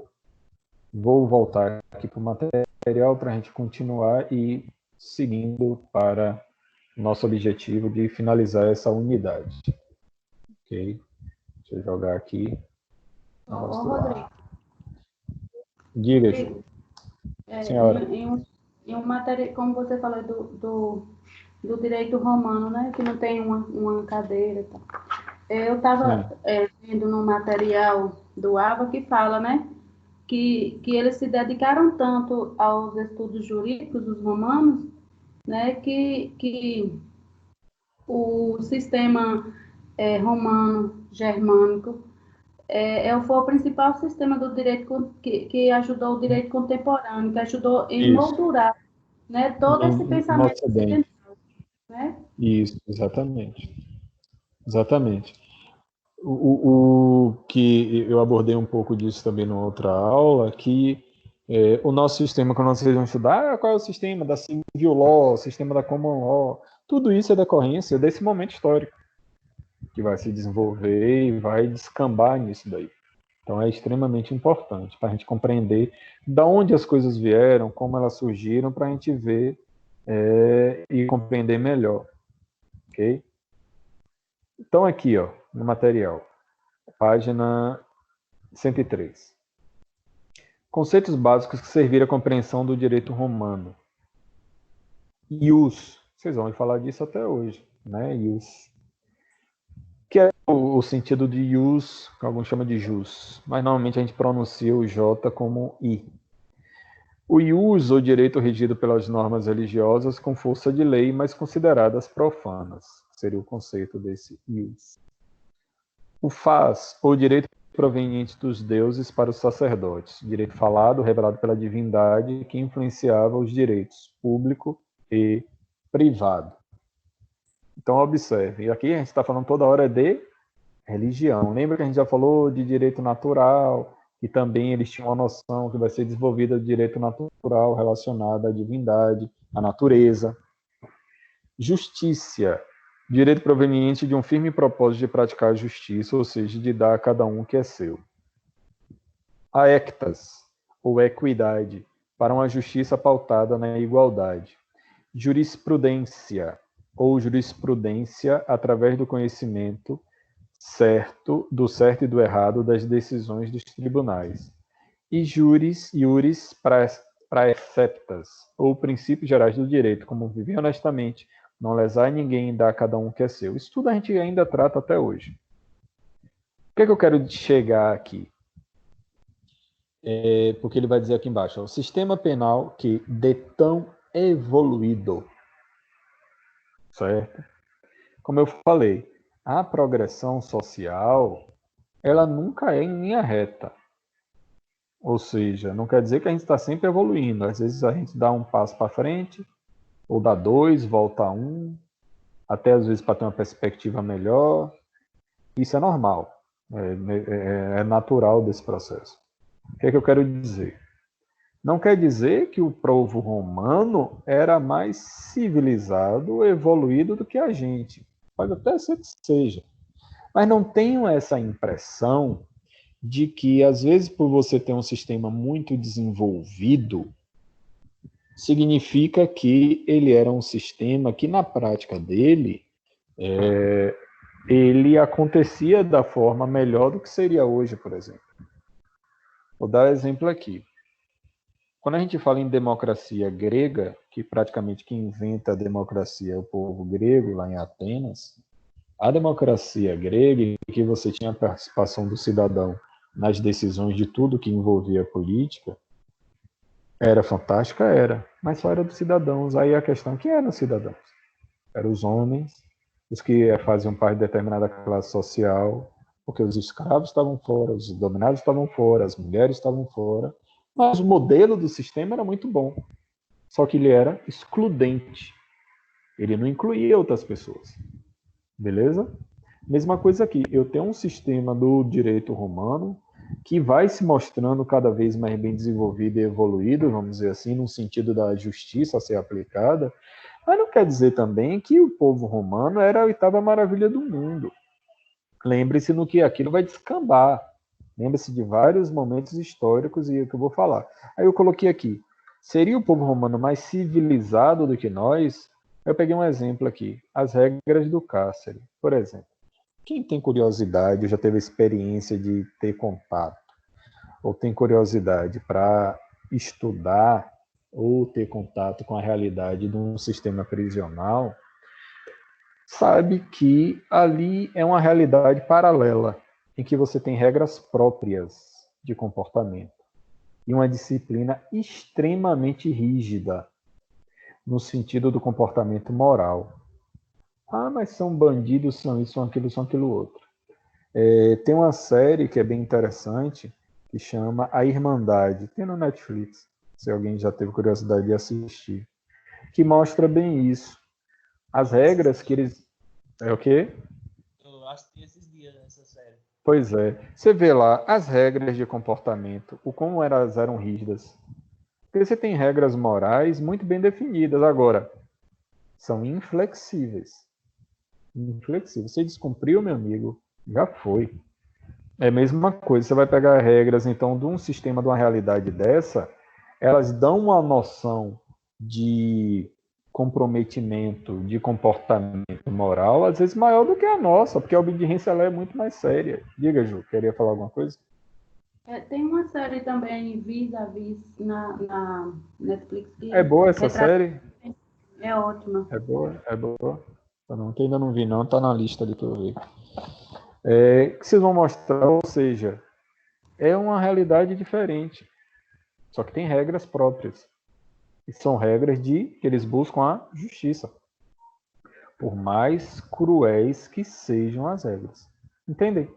Então, às vezes, não quer dizer necessariamente porque você tem regras mais elaboradas que você vai ter uma civilidade, eu não gosto desse termo, mas uma humanidade melhor. Não. Mesma coisa, vou pegar regras que foram lá e que justificaram o Holocausto. Juridicamente, a estrutura jurídica da Alemanha, a estrutura jurídica do povo alemão, ela é muito mais avançada do que a nossa. Aquela galera ali é de outro mundo. Só que se você desvincula essas regras de um conteúdo, vamos dizer assim, mínimo de ética, um conteúdo mínimo de preocupação com o ser humano, você pode produzir a barbárie, como foi que aconteceu. Certo? Então vamos lá. Então, nesse sistema penal, como ele diz aqui, de tão evoluído, que muda ou que molda a nossa atualidade jurídica, o que aconteceu? Na última fase, essa evolução vai ter um impacto negativo durante o Baixo Império. Lembra do Baixo Império, que é a última fase do Império Romano, que depois vai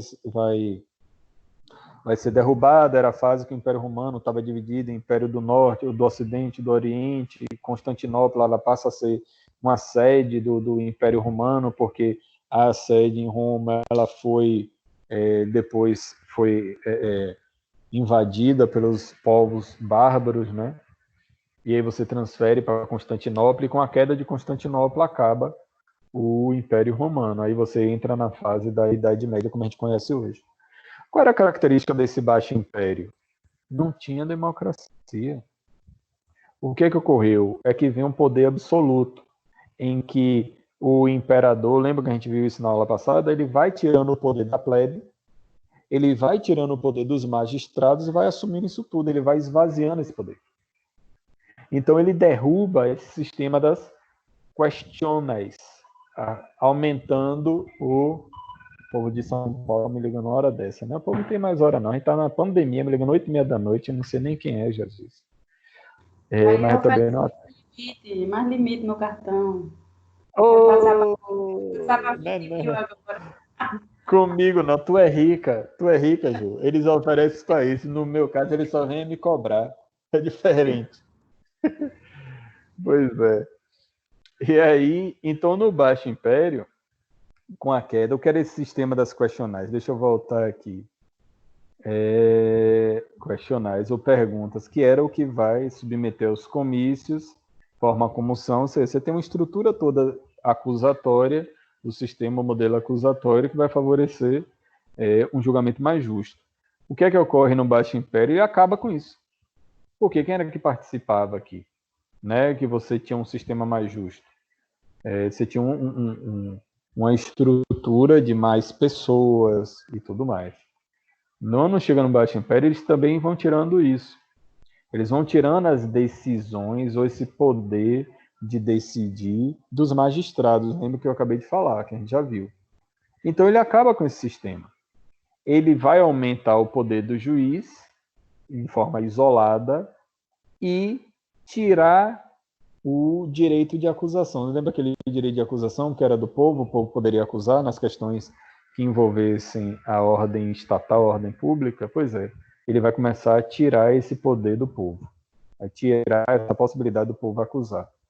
É nesse momento, então, que passamos a empregar, olha que coisa legal, a tortura E observe a tortura, característica do sistema inquisitório que vai ser muito bem desenvolvido na Idade Média, na Inquisição. Por quê? Porque você vai justificar que para se alcançar a verdade, você pode extraí-la de qualquer modo e a qualquer custo. Só que tem outro fator. Torturado, qualquer um confessa qualquer coisa. Lembra daquela história do... É uma disputa, né, entre as polícias americana, vai lá, o FBI, já ouviram essa piada? O FBI, vem a Scotland Yard, a polícia britânica de investigação, a israelense, o sistema secreto do Israel, que diz que é o sistema mais avançado, a polícia mais bem desenvolvida, e aí vai uma polícia de determinado estado do Brasil. A disputa era, eles iam soltar um coelho numa mata, né? Vão no Rio de Janeiro, e aí a disputa era para ver quem achava esse coelho primeiro. Então, primeiro, ou em menos tempo, né? Vai a polícia americana. Eles soltam um coelho lá no meio da mata, e vai a polícia americana atrás, demora o quê? Uns 5 dias. Acha o coelho, traz o coelho. Depois vai a Scotland Yard, solta o coelho, 3 dias ele traz o coelho. Depois vem o Mossad, né, a polícia secreta israelense, só está lá, em 1 dia e pouquinho, acha um coelho. Aí vai a polícia, né, determinado estado do Brasil, e aí solta um coelho, daqui a pouco não leva 15 minutos, vem um caba pulando, do meio do mato, gritando, eu sou o coelho, eu sou o coelho, eu sou o coelho. Pois é. Passou isso aí no Zorra Total. Ah, fez isso, foi? Vai voltar agora, né? Depois que acabar o Big Brother, vai voltar o Zorra. Tomara para tomar o lugar. Não, porque eu vi que vão estender, né, o Big Brother mais 4 dias. Parece que vai terminar no fim de semana. Que normalmente termina na terça, né? Não, terça, então 4 dias é quarta, quinta, sexta, sábado. Aí vai terminar no sábado, parece. Ou sábado é domingo. E aí... O quê? Infelizmente o quê, cara? Que vai prorrogar. Menino, mais 4 dias. Tu tá torcendo pra quem, Carlos? Eu nem gosto, pra falar a verdade. Tu tá torcendo pra que acabe, né? Exatamente. Tá certo. É uma opção também. Vamos aqui. Então, vai empregar o quê? A tortura. E observe que coisa interessante. Eles transformam os procedimentos exclusivamente em escritos. Qual é o problema de você transformar um procedimento para transformar eles em escrito, procedimento escrito? Alguém consegue me dizer? Que mal há nisso? Chutem aí. Qual é o problema? Repete aí, Rodrigo, a pergunta novamente, por favor. Observem. Há uma mudança grande, né, no Baixo Império, em que eles vão começar a destruir o sistema acusatório. Beleza? Beleza. Modelo acusatório. E aqui é dito que eles vão passar a empregar a tortura, certo? E os procedimentos passam a ser exclusivamente escritos. Ou seja, o que antes você poderia chegar de forma oral para fazer uma acusação, para fazer um debate, para fazer uma análise, por exemplo, para quem já assistiu o júri ou já participou. Você vê lá, né? Você tem os debates orais, né? Que quem vai julgar é uma terceira pessoa, um grupo de pessoas e tal, analisa a tese de cada um, ouviu a testemunha, ouviu o acusado, ouviu as provas que foram produzidas e oralmente vão lá dar o veredito. Tudo oral. Quando ele diz aqui que vai transformar esses procedimentos para todos serem totalmente escritos, qual é o problema disso? Ou há problema nisso? O que é que vocês acham? Aí o problema vai ser, né, a corrupção. Os caras vão poder mudar, vão poder editar os processos de acordo com suas vontades, quando houver interesse interno. Também. Porque quando você transforma tudo em escrito, você cria uma burocratização, você dificulta. Você dificulta. Vou pegar esse exemplo que eu dei do júri. Vamos imaginar para vocês fazem parte do conselho de sentença, certo? E nesse conselho de sentença, ao invés de vocês ouvirem ali durante 1h30 cada argumentação de acusação e de defesa, vocês têm o que ler tudo aquilo por escrito. Então, a argumentação que às vezes você leva ali 2h30, imagine você transformar isso tudo por escrito. Você vai ouvir uma testemunha e, na verdade, você não ouve. Você vai ver o depoimento por escrito. Você perde muito. Você dificulta pela linguagem, você dificulta pelo cansaço, você dificulta porque deixa de ser claro, você não percebe as reações, você não percebe pelos sentidos se a pessoa está mentindo ou não está mentindo, você não percebe a emoção das pessoas, você não percebe nada, você perde tudo. Você não consegue enxergar o caso da mesma forma. É muito mais pobre para se julgar. Entende a diferença? E você gera uma obscuridade. Você torna desinteressante também. Não que seja totalmente interessante o procedimento oral, mas é muito mais provável. Certo? Vou seguir aqui para... Então, você tem um empobrecimento do sistema. Você vai dificultando o sistema e você vai tornando ele burocrático e mais injusto. Mas vamos seguir, para a gente terminar. O magistrado ele podia agir de ofício, ou seja, ele podia agir sem provocação, ele podia agir sem que ninguém pedisse, pois não mais dependia de acusação ou denúncia, que é a característica do sistema inquisitório. Você não tem mais um terceiro que vai acusar e que vai provocar para que ele julgue. Ele mesmo, juiz, o magistrado, que ia atrás e determinada a abertura de um processo. Então, Roma ela volta a um estágio primitivo como em um novo sistema de cognício, que a gente já viu lá atrás, com amplos poderes aos magistrados que poderiam acusar, observe, investigar e recolher as provas e julgar, o que eu dei como característica do sistema inquisitório, usando a tortura como meio para a confissão, inclusive das testemunhas que porventura omitissem a verdade. Então, observem, o que se estuda muito como sistema inquisitório ou inquisitivo que teria surgido ou desenvolvido na Idade Média pela Igreja, ele tem início em Roma, no sistema da Santa Inquisição. Tem início aqui o sistema inquisitivo. Você sai de um sistema acusatório que vai promover ou vai tentar promover a justiça, muito mais democrático, para entrar numa fase obscura do processo. Entendem essa gravidade? Aliado a isso, logicamente, que naquela época, não só nessa época aqui da Inquisição ou do processo inquisitivo, você vai ter o tipo de pena. As penas eram mais severas, pena de morte e de deportação. Vamos lá. Aí você tinha a pena do suplício ou de execução, né? Que você tirava a vida da pessoa, mas de uma forma cruel, ou seja, na fogueira, laceração das carnes, rasgava as carnes, como você tem, botava ali no cavalo, um puxa de um lado, outro puxa do outro, vai sair despedaçando. A forca, que a gente vê muito em sistema de filme americano, ou jogar lá, lembra do Coliseu, que você tinha que sobreviver, às vezes jogava nas feras. O Coliseu foi feito só para isso. Você vê como o povo era bem intencionado, né? A diversão deles era ver os outros se matando, os outros morrendo. Ah, pessoal, mas hoje a gente faz isso também, basta jogar aí no YouTube, jogar em alguns lugares que a gente vai ver algumas coisas do tipo. Pois é, a gente vê onde a nossa mentalidade social está situada. Entrega às feras e mais conhecida pelo cristianismo, a crucificação. Como é que se mata pela crucificação? Me digam aí, vocês conhecem mais do que eu. Rodrigo, tem? Hã? Posso falar? Sim, senhora.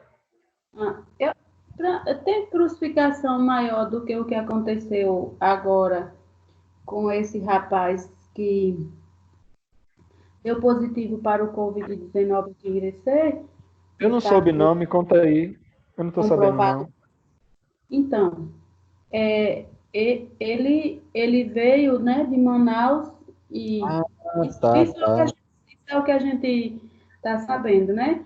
Ele veio de Manaus e depois que chegou aqui ficou sabendo que a sogra dele Tinha sido estava com infectado. Aham.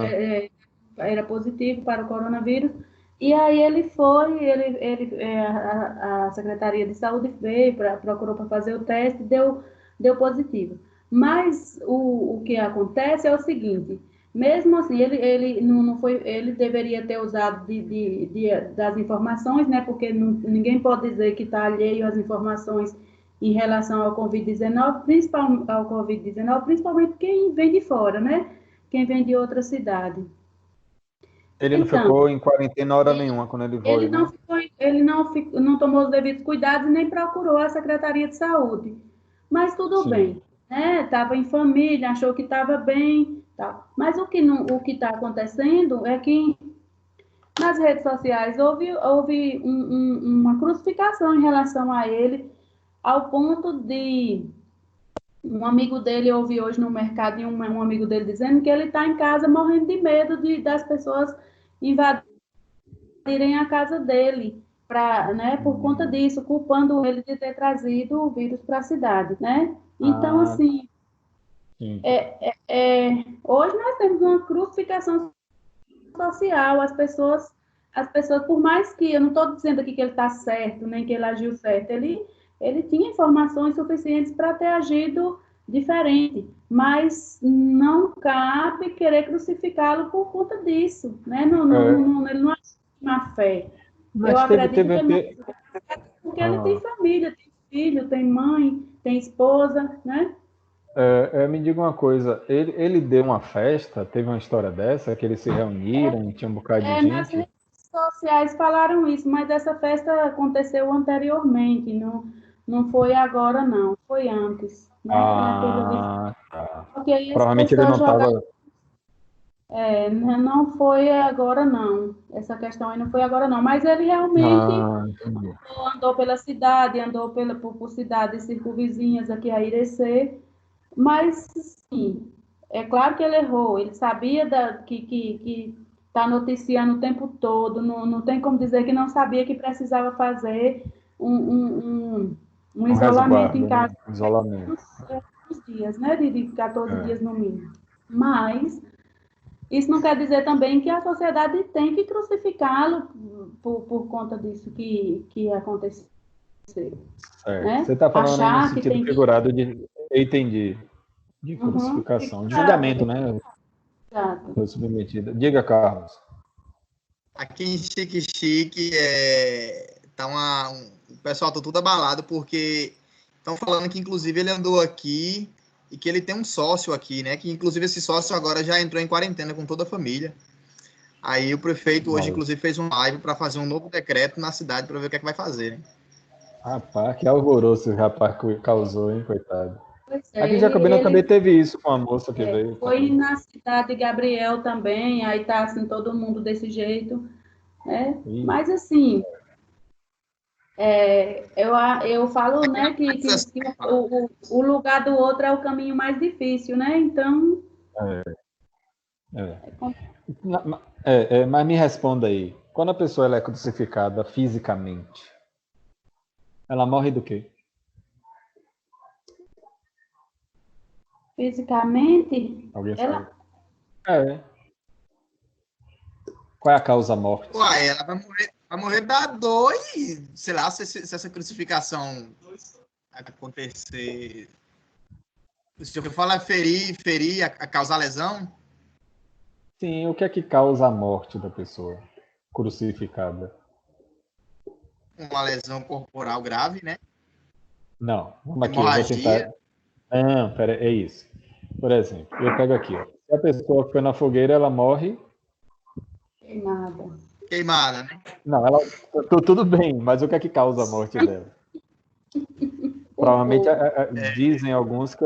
Não, não é o fogo, entendo, gente. Deixa eu ver se eu desenho aqui. Pera, Aí calma. causa fadiga Calma. profunda. Não. falta de ar também. Você tem, às vezes, uma explosão. Você tem algumas... você tem o ar, né? Se lhe falta o ar imediatamente. Não é que você vai morrer igual morrer afogado. Vai faltar o direito da pessoa aí. É o quê? Vai faltar o direito da pessoa de ter uma morte de forma natural. Pronto. Laceração da carne, normalmente você vai morrer de hemorragia profunda. Eu estou falando aqui os exemplos, né, que estão no material. Só por curiosidade. Hemorragia profunda. Deixa eu jogar de novo o material aqui. E quando... Aqui, pronto. Forca. Na forca, a pessoa morre pelo quê? Por falta de ar? Também. Asfixia. Não, às vezes quebra o pescoço. A queda, né? Quando a depender da queda, você tem uma lesão direta na cervical. Às vezes você morre, tanto que às vezes você tinha que ter essa queda. Porque se fosse para asfixia por asfixia, você só deixava ali e apertava. Não, a queda já faz quebrar uma parte e depois você vai... A asfixia vem também. Mas a da crucificação, você morre porque você não consegue respirar. Pela posição do corpo. E que você fica muito tempo. Que você fica muito tempo naquela posição vertical e aquilo vai comprimindo naquela posição o pulmão. Chega um determinado tempo que você morre sufocado.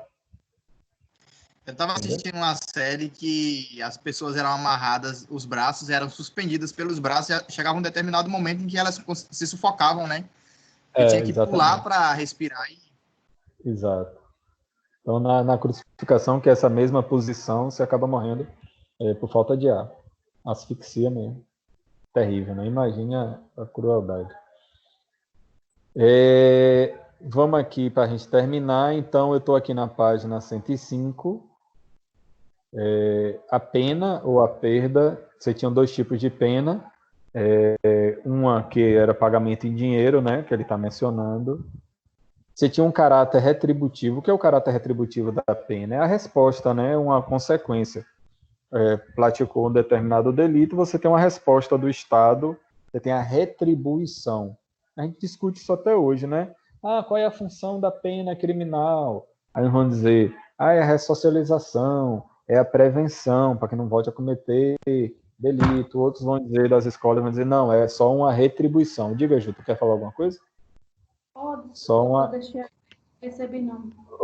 Viu, tranquilo. Você tem uma retribuição, pura e simplesmente. Ou seja, a pena não teria função nenhuma, a não ser uma consequência do que você praticou o delito. Ou seja, não tem a função de que você melhore, ou que você não volte a cometer crime. Não. Quando você fala que uma pena tem simplesmente caráter retributivo, significa que a pena é simplesmente um castigo pela prática do delito. Então, os romanos, eles viam a pena com esse caráter, simplesmente de retribuição. Não tinha outra função, certo?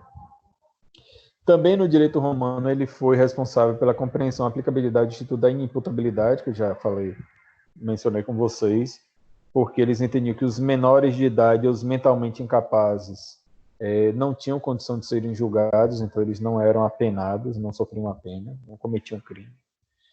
Você tinha a divisão de delitos em delitos públicos e delitos privados. O que eram os delitos públicos? Os crimes que fossem contra os interesses públicos, contra a comunidade, a paz pública, a traição, homicídio. Traição, né? Que tipo de traição? Será que aqui era traição conjugal? Ou é uma traição de qualquer tipo? Porque às vezes você tem a traição contra o Estado, a traição pública, algum negócio. Né? Provavelmente era a traição de trair mesmo. O homicídio, falso testemunho, incêncio proposital, roubo de plantação em período noturno. Você vê, né, que é interessante a gente observar como em todas as épocas você considera crime. Quem é que define isso daqui? Porque, por exemplo, hoje, qual é a gravidade que a gente tem? Roubo de plantação. Tudo bem, a gente encara ali como um furto, né? Alguém entrou e roubou lá os pés de milho aí na região de Irecê, por exemplo, vai roubar o quê? Cebola, vai roubar uma batata, umas coisinhas e tal. Tem relevância social? Tem. Mas é um crime para ser mais grave do que, por exemplo, um furto à mão armada, que na realidade a gente chama hoje de roubo, ou entende, uma situação mais grave de violência. Tudo isso, no decorrer da história, vai ter justificativa de quem foi que criou. Você tem que analisar por que se considerava delito público esse tipo de coisa e esse daqui era um delito privado, ou seja, por que aqui você tinha um processo mais rígido do que esses outros que dependiam da iniciativa daqueles que foram ofendidos. É só para pensar. Não existia pena de prisão. A instituição da pena de prisão não existia em Roma. Ou seja, você não era condenado à prisão. Como eu falei aqui, você era condenado ou para morrer espedaçado, ou na forca, ou os leões lhe comer, ou crucificado, entendeu? Mas não pena de prisão. A prisão era só um anteparo, era só para você aguardar, você ficava ali detido um tempo para ser julgado e depois ia aplicar a pena. A pena, então, era de outro tipo. Também já era previsto asilo territorial dos infratores, igual a gente tem hoje, asilo, né? E quais eram os fundamentos, né? A gente já está finalizando. Era proibido mover duas ações ao mesmo tempo. A gente tem isso hoje, duas ações sobre o mesmo fato a gente tem hoje, que a gente vai chamar de, quando vocês vão estudar mais na frente, litispendência, vocês vão estudar com outro nome. A gente ainda tem o princípio da proibição da dupla acusação. Você não pode ser acusado duas vezes pelo mesmo fato. Já existia isso naquele tempo. Impedimento do testemunho de parentes, a gente tem isso até hoje, em que você tem as limitações. Quem é que pode ser testemunha? Pode ser o parente até terceiro grau. Os parentes até terceiro grau, eles são suspeitos. Alguns são impedidos de funcionar como testemunha. Mas eles vão ser ouvidos? Não, vão ser ouvidos de outra forma. Isso já existia naquela época.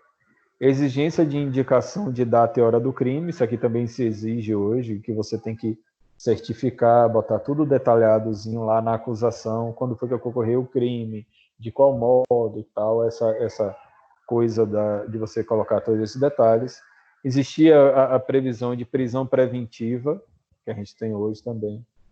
E os princípios da publicidade, contraditória e oralidade. Logicamente que isso tudo aqui é do modelo acusatório. Do modelo acusatório, pura e simplesmente. Não é do sistema inquisitivo, não. Essas características. Quando alguém era acusado, ele era intimado para se apresentar e ser interrogado, igual como a gente tem hoje. Se houvesse confissão, você não tinha mais a necessidade do processo. Hoje, no Brasil, a gente ainda permanece para ver se tem outras provas que a pessoa pode estar mentindo, por exemplo. E no sistema de julgamento, aqui tudo é do sistema acusatório, modelo acusatório ainda, você tinha toda uma estrutura que iam favorecer uma justiça nesse julgamento. Você tinha produção de prova, podia ouvir testemunha, podia ter outras que o juízo ia ouvir, você tinha a separação de quem acusar, de quem ia julgar, você tinha como resultado do julgamento a possibilidade de absolvição, condenação, ou condenação, igual a gente tem hoje. Mas, se não chegasse ainda uma certeza disso, que é chamado de non-licet, porque você não chegou a uma conclusão, o processo continuava. Continuava para a colheita de mais provas e a garantia de um julgamento justo. Tudo no modelo acusatório. Lembre-se disso.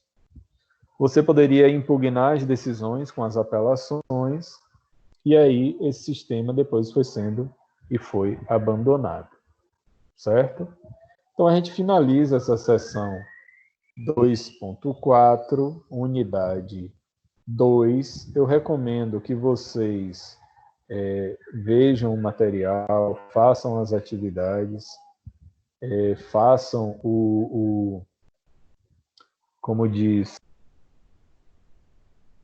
que tiver lá no AVA, porque vocês como eu já avisei, vai fazer parte da avaliação e tudo mais, entendeu? Se tiverem dúvidas, entrem em contato, falem agora, mas aproveitem, diga, Samuel. O senhor vai disponibilizar essas aulas no YouTube também? Porque Aonde? pelo Ava, na hora que você entra lá para direcionar a aula gravada, pede uma conta da Microsoft. Ah, não estão conseguindo acessar, né? Eu acho que é uma conta corporativa da instituição. Ah, viu. Me falaram isso hoje, eu vou começar a colocar no YouTube. Leva um tempinho, porque tem que baixar para depois jogar para o YouTube, isso dá um tempo retado. Mas eu vou fazer isso. Diga, Carlos. Era isso que eu ia falar, mas o colega já falou aí. Ah, beleza. Eu vou fazer esse procedimento, vou começar a fazer hoje, vou jogando lá no YouTube, e aí eu comunico no grupo, certo? Ou então jogo o link no AVE e comunico no grupo. O link do O YouTube. senhor pode jogar também no Dropbox ou no Gmail, no Drive, né? Para não ficar no YouTube, se o senhor quiser. Ah, tem isso. Aí já é mais coisa ainda, Jesus. Não. Ou se eu jogar o link no grupo, vocês não acessam lá? Ó, César demorou de Se chegar, bem que mas aí tem chegou, que- chegou. Então, O quê? Diga aí. Por quê? Vocês preferem, em vez de jogar no YouTube, jogar em outro lugar mais reservado? não, o senhor é pode que jogar sabe, no porque lá no YouTube mesmo. vai ficar exposto, né? E o senhor Qualquer gosta um que filme o assiste. senhor? Se eu não gostasse tanto assim, eu não aparecia a minha cara aqui não, relaxa. Que eu só deixava o material que eu estou projetando. Tem esse Ah, problema então assim, não. beleza, joga lá que é até mais leve no Viu? YouTube, né? Ah, tá bom. Eu vou fazer isso. Porque aí você escolhe lá a qualidade do vídeo, né? Beleza. Mais alguma coisa, minhas queridas e querida? Se não, eu vou dar uma boa noite. Obrigado pela participação de vocês. Tenham juízo, se cuidem. E até a próxima. Tendo dúvidas ou qualquer comentário, jogue lá no grupo. Ok? Beleza. Beleza? Boa noite.